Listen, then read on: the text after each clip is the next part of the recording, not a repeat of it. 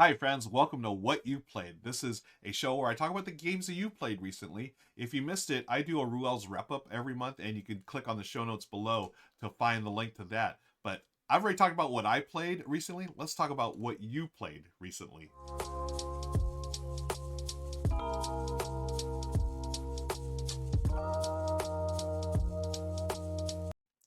Okay, the first game I want to highlight. This is from our chat. I do this live, folks, on Twitch, and everyone in chat just shares what they've been playing. First one's from my buddy Brian Ashman. Played Bad Company. I got to play this with Brian just last weekend.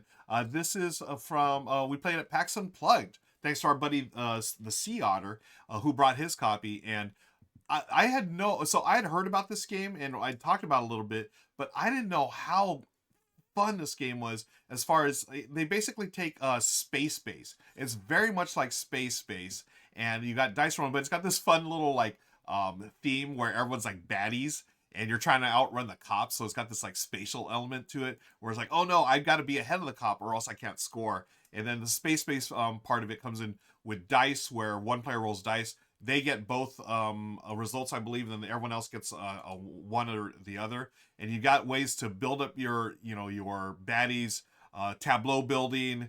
Oh, it's a lot of fun. I really enjoy this. I got to shout out the Seattle for setting this up, and Brian for playing along. We had a good time with this one. So, Bad Company, good start to what you've played over the last couple of months. Now, normally I do this every month, but because I was sick and dealing with some issues, I had to bump it back a month. So we're doing October and November, and this is basically any recent plays. So let's go to our friend IT Omar Hernandez. He played some really good stuff. Aviary, Rococo, Thunder Road Vendetta, and Wandering Towers. Ooh, what can I talk about?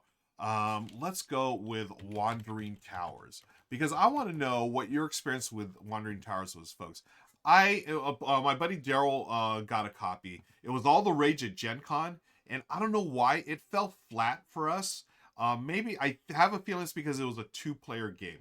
But basically, you're just moving these towers. You're literally moving the towers around the circle there, and depending on you putting your meeples on them, because you want to eventually get into drop your meeples in the one tower. And these towers run around, and you got different abilities that you can do depending on where you land, and then you have different the abilities that I think they're on the side, the little tokens that you can flip over and do.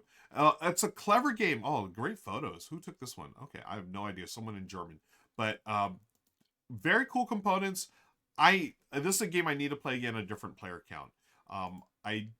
I don't know if we're playing it wrong. It felt a little flat. Like the last couple of turns just seemed very just set in stone. Like there was like no decision. Just like, okay, you just go around in a circle or whatever. But that's what it reminds. That's why I'm thinking we might have played this one wrong. But hey, a lot of good games that Omar played there, folks. Thunder Road Vendetta, one that I've been dying to play. Rococo Aviary. But let's move on to our friend Jen Cam playing board games. Again, we record this live on Twitch. I don't know if Jen's still here because it's finals week. She's probably studying. But her most played game last month was Turing Machine solo on BGA. Turing Machine, folks, a deduction game. I normally don't like deduction games, but oh boy, I love Turing Machine. Is my video playthrough here? I was hoping to show my playthrough, but it's okay. We can let's shout out someone. Let's see. Who do we know here? Wow, I don't know any folks. These are all new to me. Anyways, Turing Machine is a deduction game where it's based on Turing's machine. It's the prototype computer using punch cards. It's pretty brilliant, actually.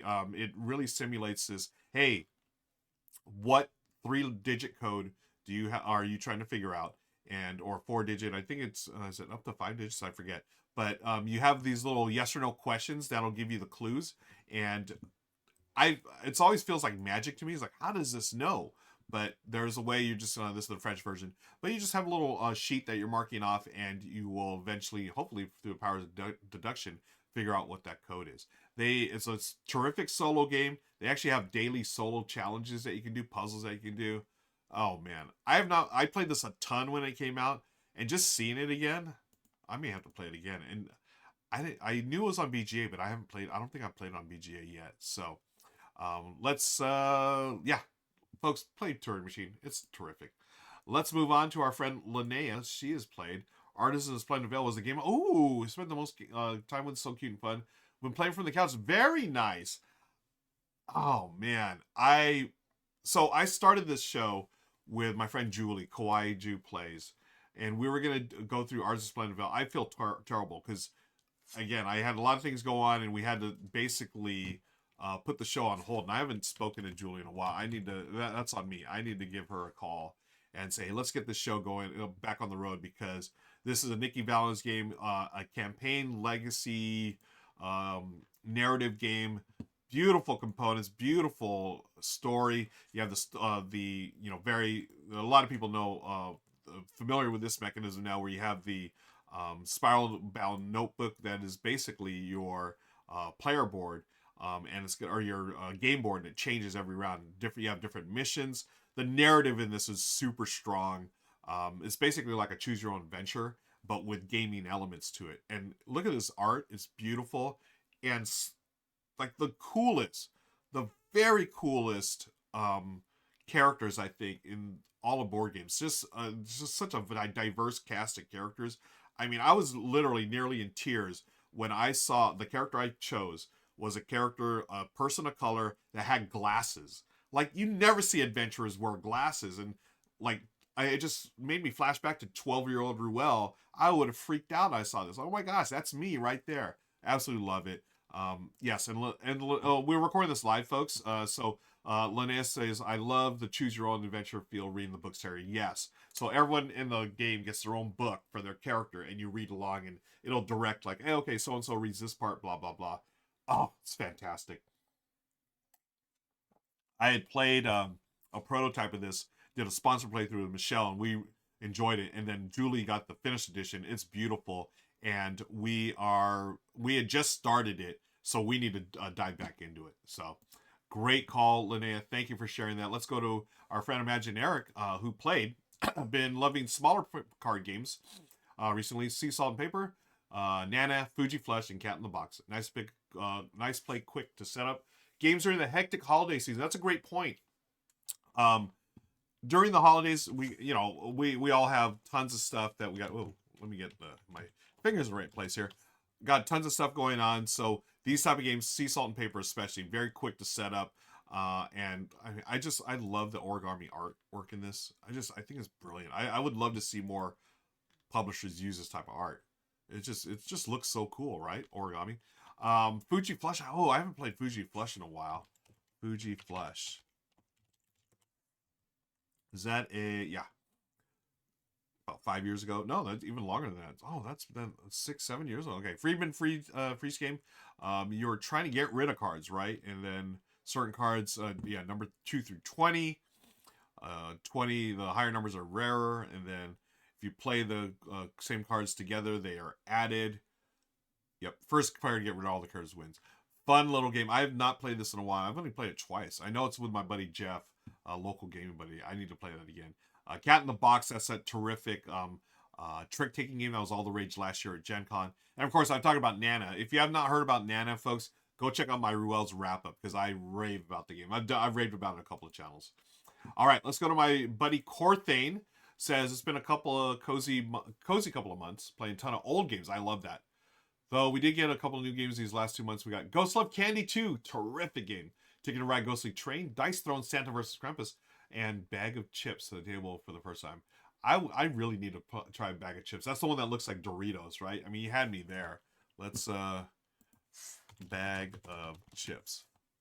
Isn't it like a push your luck game from oh, okay, no, this is different than I thought.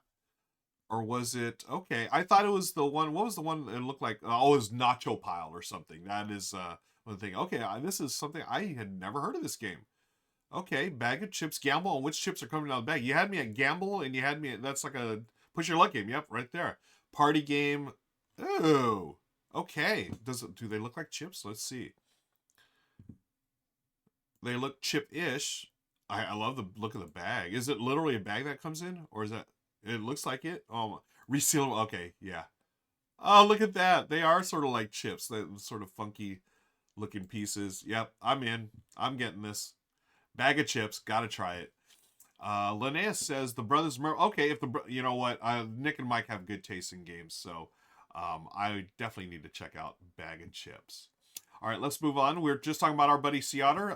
Seatter played the Bad Company, which he taught to us, and Santa's Workshop, Majesty for the Realm was so good. This is such an underrated game, and I'm trying to think why. I've talked about this before. Why did this slip under the radar? And I think it was because it came out around the same time as Century Spice Road, and it's by the designer of Splendor, Marc Andre.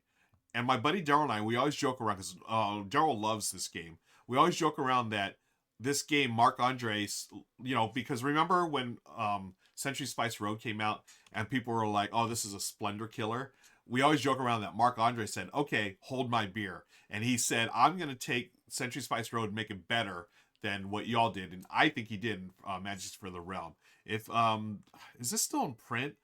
It takes Century Spice Road, right? But it does this thing, really cool thing, where each thing that you're collecting, all the different meeples that you collect, do different actions, and as you trigger those actions, you score different points. And it's got the Century Spice Road thing where you're the market of stuff that you can buy. Let's see, where is it?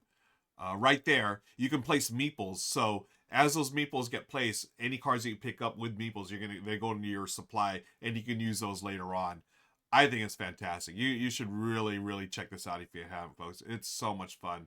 Yeah, Roland and Reggie, again, we record this live, folks, on Twitch, and Roland Reggie says Magic for the Realm so underrated. Played at Dice Hard West. Splendor design. Yep. Yeah, so good. And Linnea says Space Explorers was a Splendor killer for me. And Point City too. Yeah, Point City, the new Point Salad. Basically, Splendor meets a set collection or engine building game, and Space Explorers as well. I need to play that one again. I played it once. I enjoyed it, but I didn't think it was a total. I mean, I honestly, I don't think anything is a Splendor killer. I'll never get rid of Splendor. I still have it and still bust it out on occasion. Michelle and I actually played Splendor Marvel recently, and we did a video for that. Fun game. And Roland and Reggie, oh yeah, Project L is another Splendor killer. And that one, if anything's gonna kill Splendor, it'd be Project L, because that has Tile Lane, and I love Tile Lane. Okay. What else did I miss? Okay, I know there was something else that the comment went away. Sorry, I just lost the comment. I was gonna say Sea Otter had talked about what was it? Majesties for the Realm, and there was something else they pointed out that I want to talk about. Let's see. Ben talked about that. Where is it? I'm going to try to find this comment because I wanted to Sea Otter. Where you at, Sea Otter? Oh, here it is. Put it back up. Bad Company, Santa's Workshop, Majesty for the Realm, Point City, Last Light. Last Light, awesome. One of my favorite games of the year. Could be my game of the year. But I want to point out Santa's Workshop, because we are in the season of Santa, and this is the second edition that just came out. And hey, there is your friend Ruel. I just did a run through on Rahdo's channel. Please check it out. It is a worker placement game. You are elves playing, putting together toys for the children around the world before the big deadline. I almost did it again. I did this earlier. December 25th. A worker placement game. Very fun. I did the solo version, or I soloed a 2-player game here. Plays 2 to 4.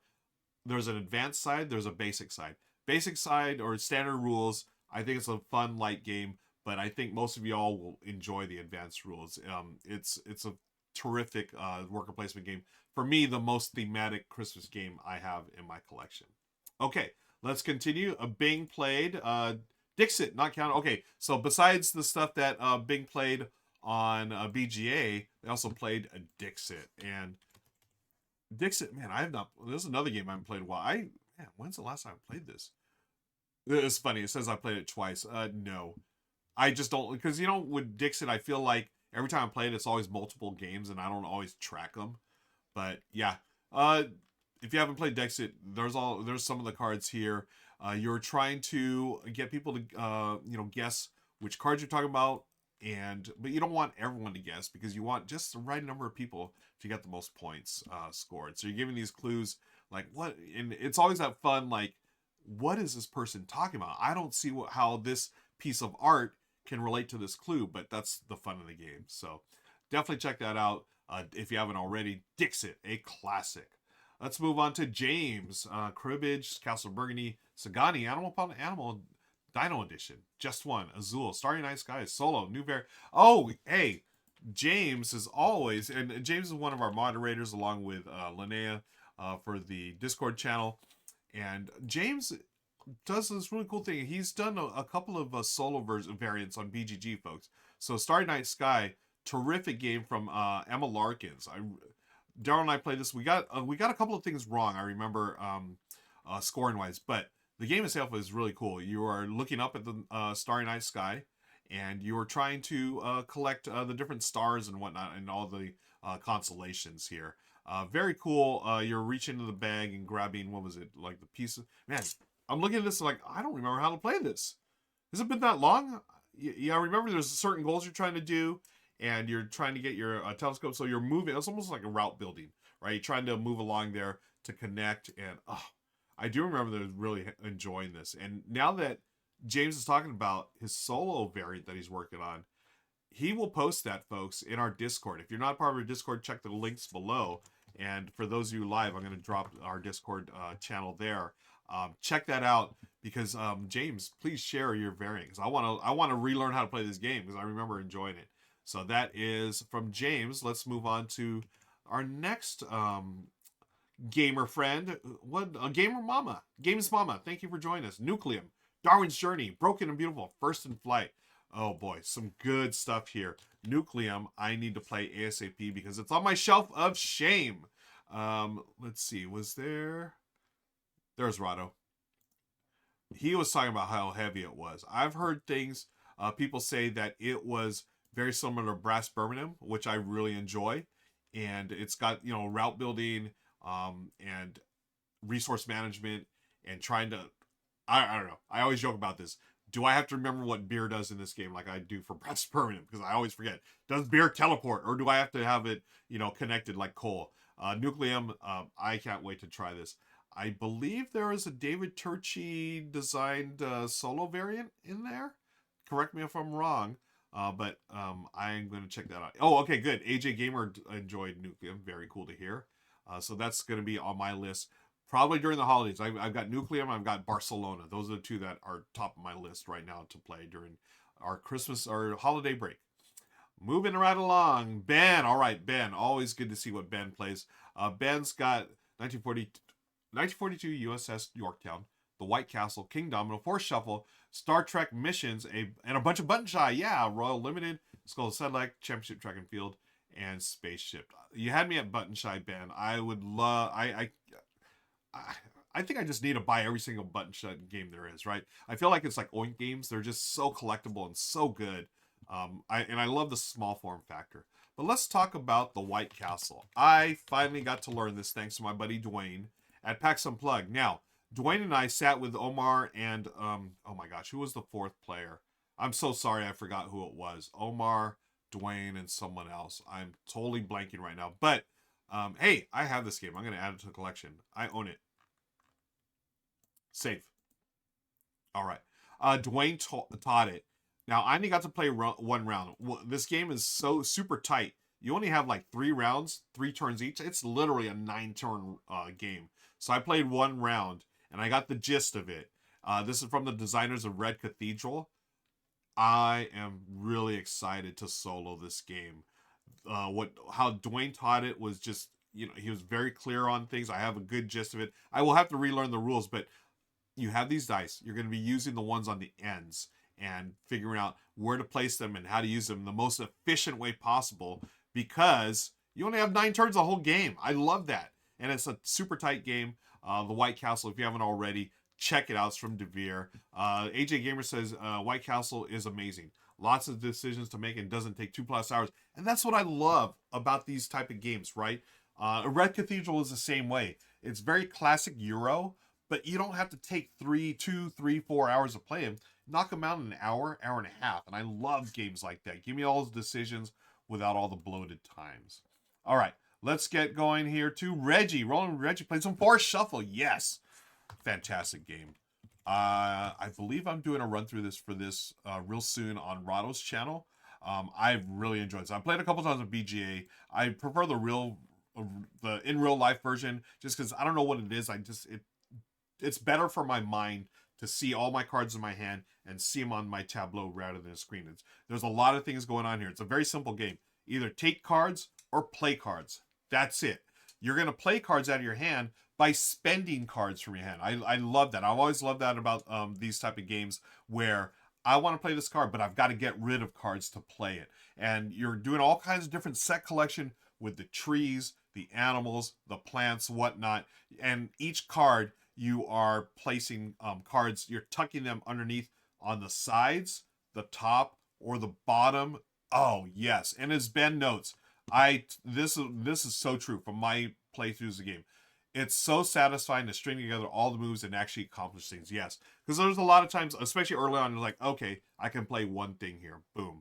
But then, as you start building up your hand and get things out there, it's like, ooh, if I play all the cards from this, certain type, then I get a bonus move, and I can do this, and I can do that. I can take all these cards, or I can get rid of all these. Oh, so good. And this was the rage at Gen Con, and I can see why. And very fortunate. I want to shout out the folks at is it Asmodee that sent it over. I got a copy, and oh yeah, I've enjoyed it since then. Okay. One last comment here in the chat. Pan Am. I still have not played this game, and I've heard nothing but good things about it. Pan Am from a couple of years ago. Is this from, yes, Prospero Hall. I believe this is a pick up and deliver game. Is that correct? This says aviation flight, economic transportation game.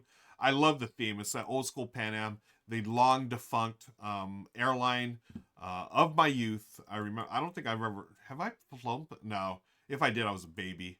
But yeah, you're just flying around, and I love the aesthetics of the game. It's got that old school plane airline. It actually reminds me of that movie with Leo DiCaprio.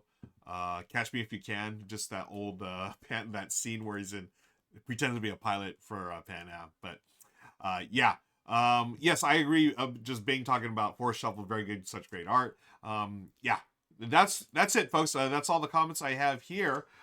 Thank you so much for joining me for what you played in the months of October and November. Be sure to click on the links below for my wrap up of the games I played. And I do this every month, so come back over to my YouTube channel and check this out. Hit the like and subscribe button. And if you want to see this live, be sure to follow me on Twitch. Okay, talk to you later. So long.